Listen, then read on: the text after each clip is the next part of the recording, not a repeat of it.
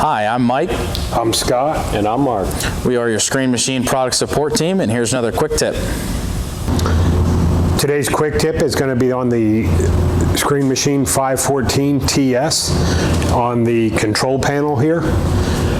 Basically, all the way to the back of the machine, you're going to have your key switch. You'll have your throttle control, slow and fast. You're going to have your feeder control, your screen control. You'll have your speed control for your feeder, your main conveyor, your fines conveyor, your mids size stacker, and your oversized stacker.